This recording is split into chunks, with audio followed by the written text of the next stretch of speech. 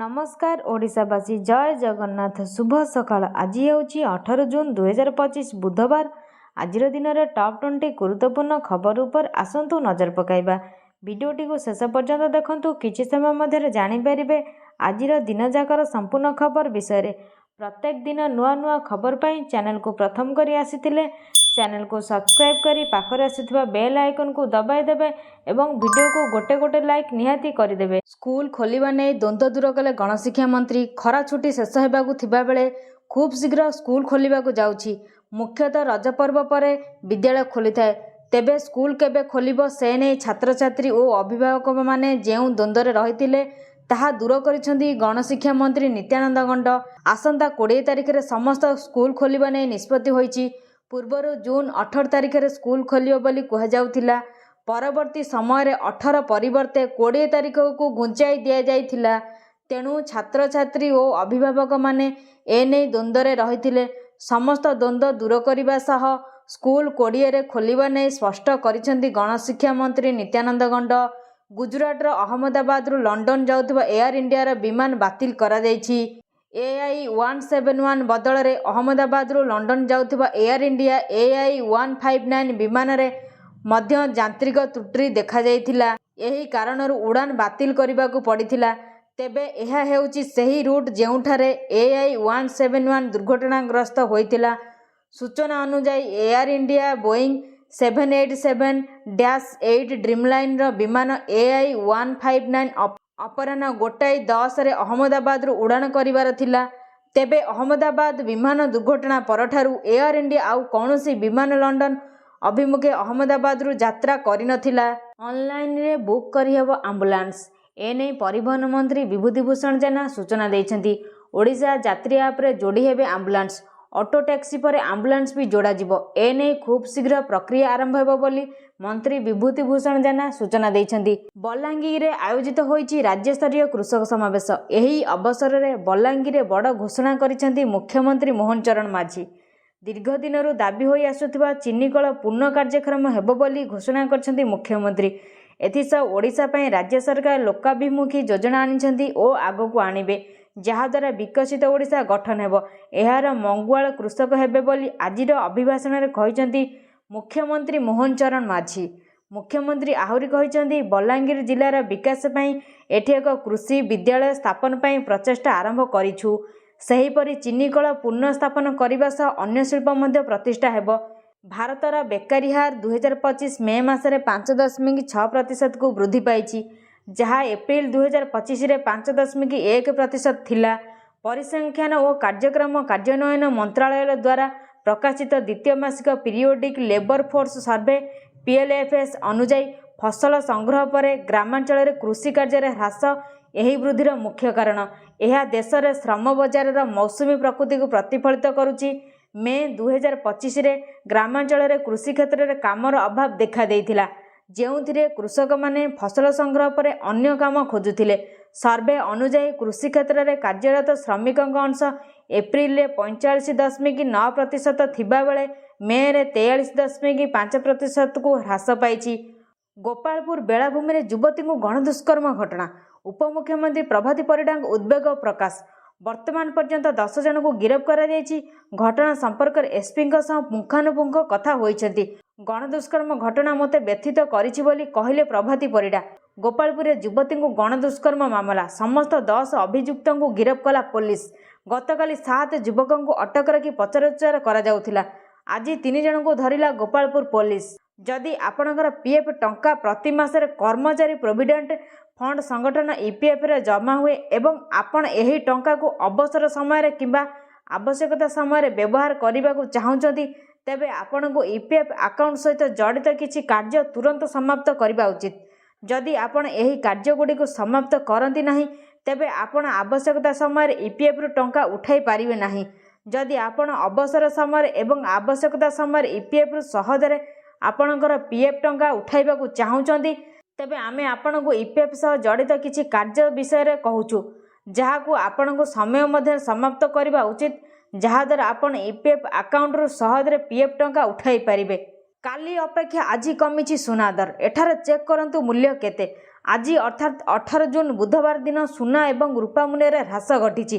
ଏପରି ପରିସ୍ଥିତିରେ ସୁନା ଏବଂ ରୂପା କେତେ ଟଙ୍କା ଶସ୍ତା ହୋଇଛି ଆସନ୍ତୁ ଆଜିର ନୂଆ ମୂଲ୍ୟ ମାଧ୍ୟମରେ ଜାଣିବା। ଗତ କିଛି ଦିନ ଧରି ସୁନା ଏବଂ ରୂପା ମୂଲ୍ୟରେ ପରିବର୍ତ୍ତନ ଦେଖାଯାଇଛି। ତଥାପି ସୁନାର ମୂଲ୍ୟ ଏପର୍ଯ୍ୟନ୍ତ ଲକ୍ଷେ ଟଙ୍କା ତଳକୁ ଖସିନାହିଁ ଏବଂ ରୂପାର ମୂଲ୍ୟ ଲକ୍ଷେ ଟଙ୍କା ଟପି ଯାଇଛି। ଆଜି ଅର୍ଥାତ୍ 18 ଜୁନ୍ରେ ସୁନା ଏବଂ ରୂପାର ମୂଲ୍ୟରେ ସାମାନ୍ୟ ପରିବର୍ତ୍ତନ ଆସିଛି। ଆଜି ଭାରତୀୟ ବଜାରରେ 24 କ୍ୟାରେଟ୍ ସୁନା 1,01,300 ଟଙ୍କା ରହିଛି। ସେହିପରି 22 କ୍ୟାରେଟ୍ ସୁନା ଦର 92,000 ଟଙ୍କା ଛୁଇଁଛି। ବଙ୍ଗୋପସାଗରରେ ସୃଷ୍ଟି ହେଲା ଲଘୁଚାପ। ଏକାସହ ଦୁଇଟି ଲଘୁଚାପ କ୍ଷେତ୍ର ସୃଷ୍ଟି ହୋଇଛି। ସକ୍ରିୟ ଘୂର୍ଣ୍ଣିବଳୟ ପ୍ରଭାବରେ ଲଘୁଚାପ ସୃଷ୍ଟି ହୋଇଥିବା ନେଇ ସୂଚନା ଦେଇଛି ପାଣିପାଗ ବିଭାଗ। ଗାଙ୍ଗେୟ ପଶ୍ଚିମବଙ୍ଗ ଉପତ୍ୟକା ଏବଂ ଦକ୍ଷିଣ ଗୁଜରାଟରେ ଲଘୁଚାପ କ୍ଷେତ୍ର ସୃଷ୍ଟି ହୋଇଛି। 24 ଘଣ୍ଟାରେ ଆହୁରି ଘନୀଭୂତ ହେବାର ସମ୍ଭାବନା ରହିଛି। ଆସନ୍ତା 3 ଦିନ ପର୍ଯ୍ୟନ୍ତ ରାଜ୍ୟରେ ପ୍ରବଳ ବର୍ଷା ନେଇ ପୂର୍ବାନୁମାନ କରିଛି ପାଣିପାଗ କେନ୍ଦ୍ର। ଭୁବନେଶ୍ୱରରେ ବିଷାକ୍ତ ମଦ ପିଇ 2 ଜଣଙ୍କ ମୃତ୍ୟୁ। ଭୁବନେଶ୍ୱରରେ ବିଷାକ୍ତ ମଦ ପିଇ 2 ଜଣଙ୍କ ମୃତ୍ୟୁ। ଲକ୍ଷ୍ମୀସାଗର ଅଞ୍ଚଳରେ ଅପମିଶ୍ରିତ ମଦ ପିଇ 2 ଜଣଙ୍କ ଯୁବକଙ୍କ ମୃତ୍ୟୁ ହୋଇଥିବା ଅଭିଯୋଗ ହୋଇଛି। 4 ଦିନ ତଳେ ଜଣଙ୍କ ମୃତ୍ୟୁ ହୋଇଥିବା ବେଳେ ଆଜି ଆଉ ଜଣଙ୍କ ମୃତ୍ୟୁ ହୋଇଥିବା ଅଭିଯୋଗ। ଏନେଇ ସମ୍ପୃକ୍ତ ମଦ ଦୋକାନକୁ ସିଲ୍ କରିଛି ଅବକାରୀ ବିଭାଗ। ଏହାସହ ଅବକାରୀ ବିଭାଗ ମଦର ସାମ୍ପଲ ପରୀକ୍ଷା ପାଇଁ ନେଇଛି। ଗଞ୍ଜାମ ଜିଲ୍ଲା ଦିଗପହଣ୍ଡି ସରସ୍ୱତୀ ଶିଶୁ ମନ୍ଦିର 10ମ ଶ୍ରେଣୀ ଛାତ୍ରୀ ପ୍ରଜ୍ଞାରାଣୀ ପଣ୍ଡାଙ୍କୁ ମହାମହିମ ରାଷ୍ଟ୍ରପତି ଦ୍ରୌପଦୀ ମୁର୍ମୁ ସମ୍ମାନିତ କରିବା ସହ ପୁରସ୍କାର ପ୍ରଦାନ କରିଛନ୍ତି। ଟାଟା ବିଲ୍ଡିଂ ଇଣ୍ଡିଆ ସଂସ୍ଥା ପକ୍ଷରୁ the role of youth generation to make Swachh Bharat ଶୀର୍ଷକ ଜାତୀୟ ସ୍ତରୀୟ ପ୍ରବନ୍ଧ ପ୍ରତିଯୋଗିତାରେ ପ୍ରଜ୍ଞାରାଣୀ ପ୍ରଥମ ରନର୍ସ ଅପ୍ ହୋଇଥିଲେ। ଗତ ରବିବାର ଅପରାହ୍ନରେ ନୂଆଦିଲ୍ଲୀ ସ୍ଥିତ ରାଷ୍ଟ୍ରପତି ଭବନରେ ଆୟୋଜିତ ପୁରସ୍କାର ବିତରଣ ଉତ୍ସବରେ ପ୍ରଜ୍ଞାରାଣୀ ଉପସ୍ଥିତ ରହି ରାଷ୍ଟ୍ରପତିଙ୍କ ଠାରୁ ପୁରସ୍କାର ଗ୍ରହଣ କରିଥିଲେ। ତାଙ୍କର ଏହି ସଫଳତା ପାଇଁ ପରିବାର ତଥା ଦିଗପହଣ୍ଡି ଅଞ୍ଚଳରେ ଖୁସିର ଲହରୀ ଖେଳିଯାଇଛି। ସାରଥୀଙ୍କ କମ୍ବ୍ୟାକ୍। କପ୍ତିପଦାରେ ବୁଲିଲା ବାବାଙ୍କ ରଥ। ଭିନ୍ନ ତରିକାରେ ଚାଲିଛି ପ୍ରଚାର ପ୍ରସାର। ଦୋଳ ପୂର୍ଣ୍ଣିମାରେ ଯେପରି ରାଧାକୃଷ୍ଣଙ୍କୁ ବିମାନରେ ପରିକ୍ରମା କରାଯାଏ ଠିକ୍ ସେହିପରି ଏକ ଦୃଶ୍ୟ ଦେଖିବାକୁ ମିଳିଛି କପ୍ତିପଦାରେ। ବାସ୍ ଫରକ ଏତିକି ଏଠି କୌଣସି ଦେବାଦେବୀ ନଥିଲେ ବରଂ ଏଠି ଥିଲା ଆତ୍ମଘୋଷିତ ବାବା ତଥା ନିଜକୁ ନରରୂପୀ ଭଗବାନ ବୋଲାଉଥିବା ସନ୍ତୋଷ ରାଉଳ ଓରଫ ସାରଥୀଙ୍କ ଫଟୋ ଓ ପାଦୁକା। ସନ୍ତୋଷ ରାଉଳ ଓରଫ ସାରଥୀଙ୍କ ପୂଜାର୍ଚ୍ଚନା ହେବାର ଦୃଶ୍ୟ ଦେଖିବାକୁ ମିଳିଛି। ଡାଇରିଆ ରୋଗୀଙ୍କୁ ଭେଟିଲେ ଉପମୁଖ୍ୟମନ୍ତ୍ରୀ। ସିଡିଏମ୍ଙ୍କ ସହ କଲେ ଆଲୋଚନା। ଉପମୁଖ୍ୟମନ୍ତ୍ରୀ ପ୍ରଭାତୀ ପରିଡ଼ା ଆଜି ଅପରାହ୍ନରେ ଡାଇରିଆରେ ପୀଡ଼ିତ ରୋଗୀମାନଙ୍କୁ ଭଦ୍ରକ ଜିଲ୍ଲା ମୁଖ୍ୟ ଡାକ୍ତରଖାନାରେ ଭେଟିଛନ୍ତି। ରୋଗୀମାନଙ୍କର ସ୍ୱାସ୍ଥ୍ୟ କିଭଳି ଅଛି, ରୋଗୀଙ୍କୁ ଚିକିତ୍ସା ଠିକ୍ ଭାବରେ କରାଯାଉଛି କି ନାହିଁ ସେ ବିଷୟରେ ଉପମୁଖ୍ୟମନ୍ତ୍ରୀ ଜିଲ୍ଲା ମୁଖ୍ୟ ଚିକିତ୍ସା ଅଧିକାରୀ ସିଡିଏମ୍ଓ ଡାକ୍ତର ସୁଧୀର ରଞ୍ଜନ ଦାସଙ୍କ ସହ ଆଲୋଚନା କରିଛନ୍ତି। ଶ୍ରୀମତୀ ପରିଡ଼ାଙ୍କ ସହ ଏହି ଅବସରରେ ଭଦ୍ରକ ସାଂସଦ ଅଭିମନ୍ୟୁ ସେଠୀ, ଭଦ୍ରକ ବିଧାୟକ ଶୀତାଂଶୁ ଶେଖର ମହାପାତ୍ର, ଜିଲ୍ଲାପାଳ ଦିଲ୍ଲୀପ ରାଉତରାୟ, ଭଦ୍ରକ ଏସ୍ପି ମନୋଜ ରାଉତ, ବିଜେପି ଜିଲ୍ଲା ସଭାପତି ଭଗବାନ ପଣ୍ଡା ପ୍ରମୁଖ ଯୋଗ ଦେଇଥିଲେ। ଜମି କିସମ ଓ ସତ୍ତ୍ୱ ସଂଖ୍ୟା କମ୍ କରାଯିବ ବୋଲି ରାଜସ୍ୱ ମନ୍ତ୍ରୀ ସୁରେଶ ପୂଜାରୀଙ୍କ ମନ୍ତବ୍ୟ। ରାଜସ୍ୱ ବିଭାଗରେ ସଂସ୍କାର ଅଣାଯିବ ବୋଲି ସୂଚନା ଦେଇଛନ୍ତି ରାଜସ୍ୱ ମନ୍ତ୍ରୀ ସୁରେଶ ପୂଜାରୀ। ସେ କହିଛନ୍ତି ବ୍ରିଟିଶ ଅମଳର କିସମ ହେବ ପରିବର୍ତ୍ତନ। ଜମି କିସମ ସଂଖ୍ୟା କମିବ। 7,000 ଜମି କିସମରୁ କମ୍ ହୋଇ ମାତ୍ର 27ଟି କିସମ ରଖାଯିବ। ଏନେଇ ବିଜ୍ଞପ୍ତି ଖୁବ୍ ଶୀଘ୍ର ପ୍ରକାଶ ପାଇବ। ସେହିଭଳି ଜମି ସତ୍ତ୍ୱର ପରିବର୍ତ୍ତନ ହେବ। ରାଜ୍ୟରେ ରାଜସ୍ୱ ଆଇନରେ 3,000 ସତ୍ତ୍ୱର ପରିବର୍ତ୍ତନ କରାଯାଇ ଏହାକୁ 2 ଅଙ୍କରେ ସୀମିତ ରଖିବାକୁ ଯୋଜନା ପ୍ରସ୍ତୁତ ହୋଇଛି।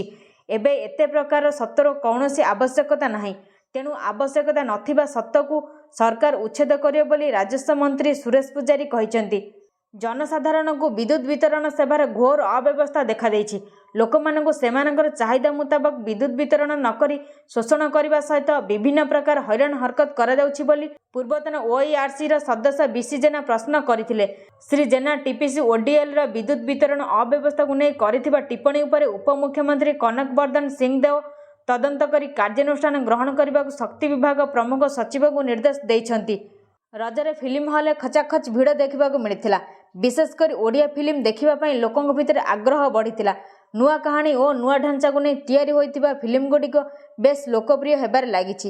ସୁପରଷ୍ଟାର ବାବୁସାନଙ୍କ ନୂଆ ଫିଲ୍ମ ବୋଉ ବୁଟୁ ଭୂତ ଏବଂ ସବ୍ୟସାଚୀଙ୍କ ଅନନ୍ତା ଏଥର ରଜ ବଜାରରେ ଟକ୍କର ଦେଉଥିବା ବେଳେ ଉଭୟ ଭଲ ବ୍ୟବସାୟ କରିଥିବା ଜଣାପଡ଼ିଛି।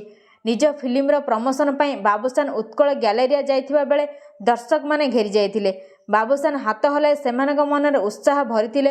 ନିର୍ଦ୍ଦେଶକ ଜଗଦୀଶ ମିଶ୍ର, ପ୍ରଯୋଜିକା ତୃପ୍ତି ଶତପଥୀ, ସଙ୍ଗୀତ ନିର୍ଦ୍ଦେଶକ ଗୌରବ ଆନନ୍ଦ, ଅଭିନେତ୍ରୀ ଅନିଶା, କୁକିଜ ଅଭିନେତା KK, ଉଦିତ ଗୁରୁ, କାହାଣୀକାର M ଇମ୍ରାନ, କାର୍ଯ୍ୟକାରୀ ପ୍ରଯୋଜକ ସମ୍ବିତ ଜେନା ପ୍ରମୁଖ ହଲ୍କୁ ଯାଇ ପ୍ରମୋସନରେ ସାମିଲ ହୋଇଥିଲେ। ଇରାନରୁ ଆର୍ମେନିଆ ଦେଇ ଫେରୁଛନ୍ତି 110 ଭାରତୀୟ ଛାତ୍ର। ଇରାନ ଏବଂ ଇସ୍ରାଏଲ ମଧ୍ୟରେ ଉତ୍ତେଜନା ପରେ ତେହେରାନର ପରିସ୍ଥିତି କ୍ରମାଗତ ଭାବରେ ଖରାପ ହେଉଛି। ଭାରତୀୟ ଦୂତାବାସ ତେହେରାନରେ ଉପସ୍ଥିତ ଭାରତୀୟ ଛାତ୍ରଙ୍କୁ ସୁରକ୍ଷିତ ସ୍ଥାନକୁ ନେବା ଆରମ୍ଭ କରିଛି। ଏଥର 110 ଜଣ ଭାରତୀୟ ଛାତ୍ରଙ୍କୁ ଆର୍ମେନିଆ ଦେଇ ଇରାନରୁ ସ୍ଥାନାନ୍ତର କରାଯାଇଛି। ବୈଦେଶିକ ବ୍ୟାପାର ମନ୍ତ୍ରଣାଳୟ ଏକ ବିବୃତ୍ତି ଜାରି କରି ଏହି ସୂଚନା ପ୍ରଦାନ କରିଛି। ବୈଦେଶିକ ବ୍ୟାପାର ମନ୍ତ୍ରଣାଳୟ କହିଛି ଯେ ଭାରତୀୟ ଦୂତାବାସ ଇରାନରେ ଉପସ୍ଥିତ ଭାରତୀୟଙ୍କ ସହ ନିରନ୍ତର ଯୋଗାଯୋଗରେ ରହିଛି। ସେମାନଙ୍କୁ ସମସ୍ତ ଆବଶ୍ୟକ ଜିନିଷ ଯୋଗାଇ ଦିଆଯାଇଛି। ସବୁ ଜିଲ୍ଲାକୁ ଆଲର୍ଟରେ ରହିବାକୁ ନିର୍ଦ୍ଦେଶ। ପ୍ରତ୍ୟେକ ଦିନ ରାଜ୍ୟସ୍ତରୀୟ ସମୀକ୍ଷା, ସବୁ ଜିଲ୍ଲାକୁ ଆଲର୍ଟରେ ରହିବାକୁ ନିର୍ଦ୍ଦେଶ। ଏନେଇ ସ୍ୱାସ୍ଥ୍ୟ ସଚିବ ଅଶ୍ୱତୀ ଏସ୍ଙ୍କ ପ୍ରତିକ୍ରିୟା। ପ୍ରତ୍ୟେକ ଦିନ ରାଜ୍ୟସ୍ତରୀୟ ସମୀକ୍ଷା ହେବ। ରୋଗୀଙ୍କୁ 24 ଘଣ୍ଟିଆ ନିରୀକ୍ଷଣରେ ରଖାଯାଇଛି।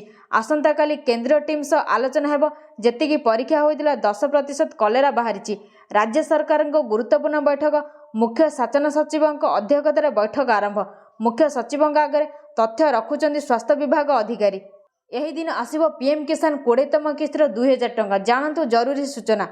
ପ୍ରଧାନମନ୍ତ୍ରୀ କିଷାନ ଯୋଜନାର 20ତମ କିସ୍ତି ଜୁନ୍ ମାସରେ ଅର୍ଥାତ୍ ଚଳିତ ମାସରେ ଜାରି ହୋଇପାରେ। ଏହାଦ୍ୱାରା କୋଟି କୋଟି ଚାଷୀଙ୍କୁ ଏକ ବଡ଼ ଆଶ୍ୱସ୍ତି ମିଳିବ।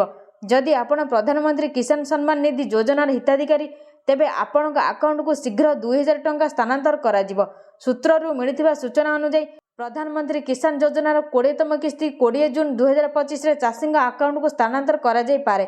ଯଦିଓ ଏହି ତାରିଖ ସରକାରଙ୍କ ଦ୍ୱାରା ଏପର୍ଯ୍ୟନ୍ତ ଆନୁଷ୍ଠାନିକ ଭାବରେ ନିଶ୍ଚିତ କରାଯାଇ ନାହିଁ, କିନ୍ତୁ ଏହି ତାରିଖ ଗଣମାଧ୍ୟମ ରିପୋର୍ଟରେ ପ୍ରକାଶ ପାଉଛି। ପୂର୍ବରୁ 19ତମ କିସ୍ତି ଫେବୃଆରୀ 2025ରେ ପଠାଯାଇଥିଲା। ରାଜ୍ୟ ସରକାର ଆଜି 5ଟି ବିଭାଗରେ 964 ଜଣଙ୍କୁ ନିଯୁକ୍ତି ଦେଇଛନ୍ତି। OUAT ସ୍ଥିତ କୃଷି ଶିକ୍ଷା ସଦନରେ ଆୟୋଜିତ ନିଯୁକ୍ତି ମେଳାରେ ପୂର୍ତ୍ତ ବିଭାଗରେ 563 ଜଣ, ଜଳସମ୍ପଦରେ 62 ଜଣ, ପଞ୍ଚାୟତି ରାଜରେ 117 ଜଣ, ନଗର ଉନ୍ନୟନରେ 204 ଜଣ, ଖାଦ୍ୟ ଯୋଗାଣରେ 18ଟି ପଦବୀରେ ନିଯୁକ୍ତି ଦିଆଯାଇଛି। ଏଥିରେ କନିଷ୍ଠ ଯନ୍ତ୍ରୀ, କନିଷ୍ଠ ପ୍ରବର୍ତ୍ତନ ଅଧିକାରୀ, ଟ୍ରେସର, ବୈଧମାପ ବିଜ୍ଞାନ ନିରୀକ୍ଷକ, ଜୁନିୟର ଆକାଉଣ୍ଟାଣ୍ଟ ପଦବୀ ରହିଛି। ସମ୍ପୂର୍ଣ୍ଣ ଭିଡ଼ିଓଟିକୁ ଦେଖୁଥିବାରୁ ଧନ୍ୟବାଦ।